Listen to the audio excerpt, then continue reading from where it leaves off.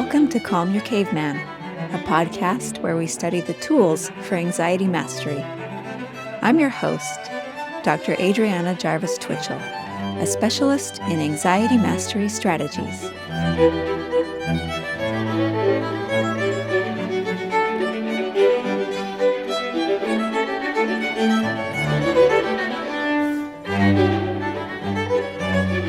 Hi, everybody. Welcome to the podcast.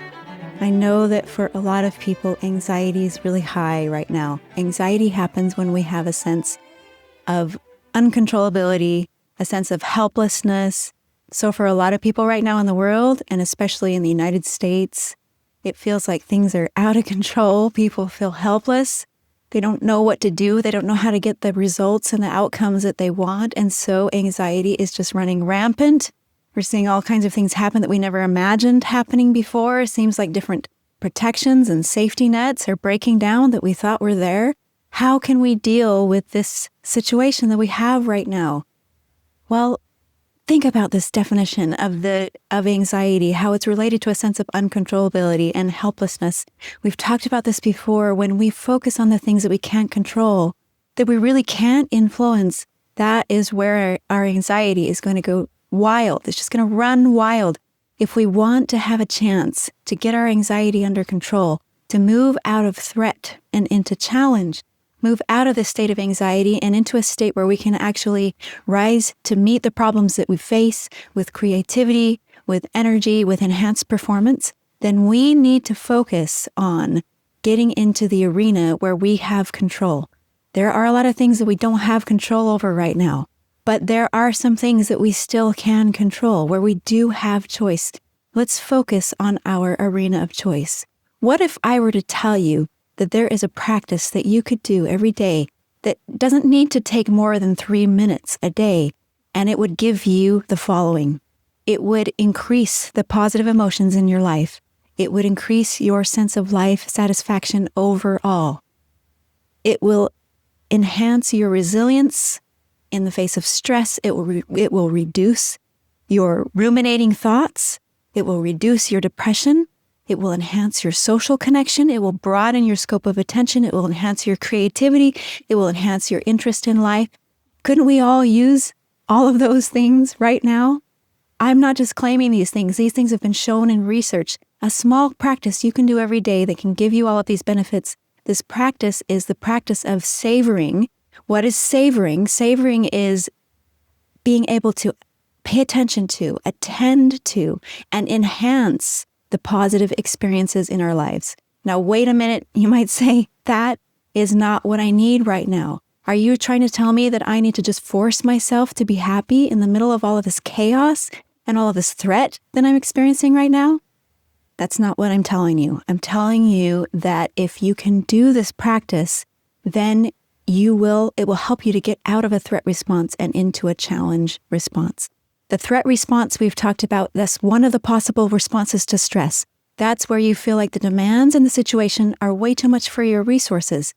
That's why we're feeling anxiety right now, because we feel like things are out of control. We don't have control over things. We're helpless. We can't get the results or the outcomes that we feel like we desire.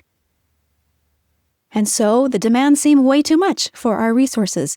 This little practice will help boost your resources. And so it will change the way that your brain sees the balance of your resources and demands that we've talked about so many times. And when your brain can see that you have the resources to meet the demands that you face, then you switch from a threat response into a challenge response. And the challenge response gives you all kinds of bodily resources, from hormones to autonomic responses, that help you to have enhanced cognitive abilities, greater creativity, be able to solve your problems better. It helps get your brain away from focusing exclusively on the demands in your situation. I don't know how many of you have seen those Where's Waldo books. These are picture books for kids that don't really have any words. The pages are full of objects, cars, trucks, trees, animals, birds. But there's also a little guy somewhere on the page called Waldo, and you have to find Waldo in every page. Well, If we compare Waldo to the threatening information in your life, your brain gets focused on just seeing Waldo in the picture, and it can't see all of the other things that are happening that are present in your life that would actually act as resources to help you with your problem. This practice of savoring helps you to stop focusing just on the threat, stop focusing just on Waldo, and see some of the other things that are already present in your situation that can help you with your problems, help you get out of threat and into challenge. Don't we all need more positive emotions right now? Don't we all need better resilience in the face of stress? Don't we all need reduced depression and reduced rumination and enhanced social connection and enhanced creativity, enhanced problem solving, enhanced interest in our lives? Okay, so I just wanted to introduce it that way because otherwise it's going to seem like a ridiculous thing that has nothing to do with your needs right now. But let me tell you how easy this practice can be. This little practice that you have complete control over. Much different from many other things in your life right now. So here's the first part of it. You pick one thing in your day to savor. One moment to intentionally detect something positive, some stimulus that's positive, something slightly pleasant. So this might be the warm water in your shower. This might be feeling sunlight on your skin. This might be sipping a cup of tea. This might be a moment of quiet in your house. This might be a moment of relief after finishing something. It doesn't have to be an ecstatic moment. It can just be a mildly positive sensory moment. That's enough. So you pick one of these moments and then you just dive into it a little bit and you think, where in my body do I feel this?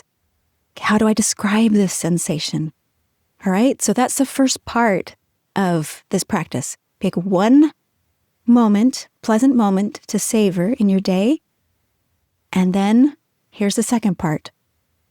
Right before you go to bed, right before you're going to sleep, go back over that one moment that you savored during the day and think of it again. Think about where you were. Think about the sensory details, where you felt it in your body.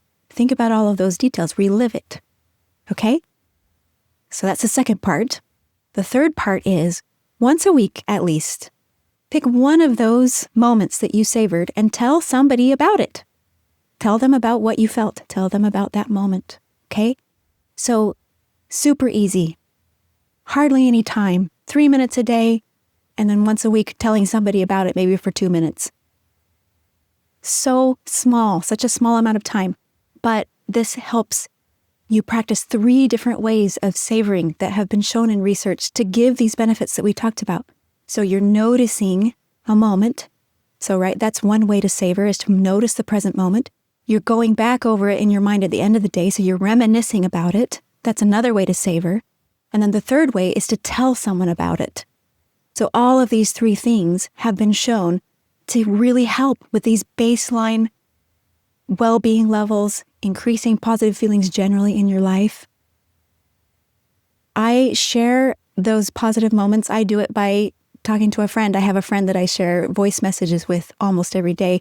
And one of the things that we share back and forth is we tell each other about one moment from our day that we consider a high from the day before. And we tell about some pleasant sensation, some beautiful moment, some moment when we felt happy, and we go over it. And the sharing about it, I've found, really does amplify the intensity and the duration of those positive feelings. They end up occupying a bigger space in my awareness. In the week overall, as I look back on my week, those things stand out because I talked to somebody about them. I told someone about them. I had not only had to notice them in the first place and savor them and enjoy them, but I talked to someone about them. So again, this practice is not about forcing yourself to feel happy in the middle of all of this difficulty that we're going through. It is about training your attention to register things that are present right now in your situation on this page of the book of Where's Waldo that your brain is not noticing right now that actually are resources for you. It's training your brain to register signs of safety, signs of beauty, signs of enjoyment, signs of nourishment, so that threatening information is not the only thing that your attention is aware of in your life.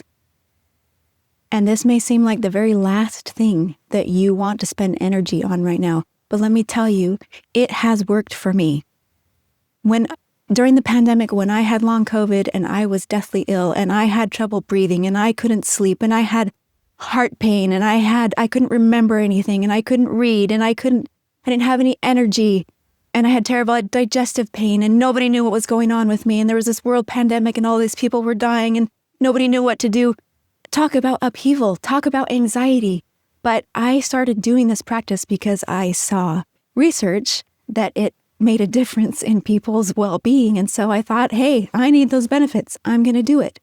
And what I found was that even in the middle of all of this suffering that I was experiencing and the pain and the unpleasantness and all of the negative emotions and negative sensations that I had throughout my day, I could still, even with all of those things, I could still enjoy the feeling of the sunlight on my skin for a moment. I could still enjoy looking at a really beautiful flower for a moment and just marveling at the way that the light hit its petals and it reflected color in all directions. And I honestly have to say that it did enhance it increased the number of positive emotions that I felt in my day. It increased my life satisfaction overall. It increased my ability to deal with the stressors that I was dealing with at that time. It broadened the scope of my attention so that I didn't only think about my pain and my suffering and my anxiety, but I also thought about pleasant, beautiful, comforting, wonderful sensations that were present in my life right then, that they were on this page of the Where's Waldo book. My brain had been focusing exclusively on Waldo or on the threats, but there were so many other things on this page. And because of this and other practices, I was able to get a handle on my anxiety. I was able to be so much more creative and productive than I would have been otherwise, even though all I could do was work maybe 5 minutes a day on my doctoral dissertation. I was able to do it. I was able to make progress on it. And I was able to form the bedwork of the work for this anxiety podcast, which I'm sharing with all of you right now. This is my effort to contribute to resolving the problems in this world. And I was able to do it partly because I was able to engage in practices like savoring that helped my brain to get out of a threat response where I had reduced blood flow to my brain and reduced cognitive capacity and get into a challenge response where I'm able to solve problems and I'm able to do above my normal level of production. I'm able to rise to the occasion and meet this stressor. So I just use that as an example to help you to see that even in the middle of all of this that's happening right now, this is a worthwhile practice for you to engage in because this is something you can control. And when you focus on something that you can control, the arena of your choice, then you start to feel less anxiety because your brain is working within parameters where it has autonomy, where it actually has influence and power over your situation. So try it. It's really simple. Pick one moment in every day to savor a pleasant sensation. Again, it doesn't have to be an earth-shaking, ecstatic sensation. It can just be mildly pleasant. And then think about, where do I feel this in my body? Think about it for a minute. Feel it in your body. And then at the end of the day, review it in your head. What did I savor? What was that moment? What was it like? Where was I? How did it feel? And then once a week, pick one of your savoring moments to share with somebody.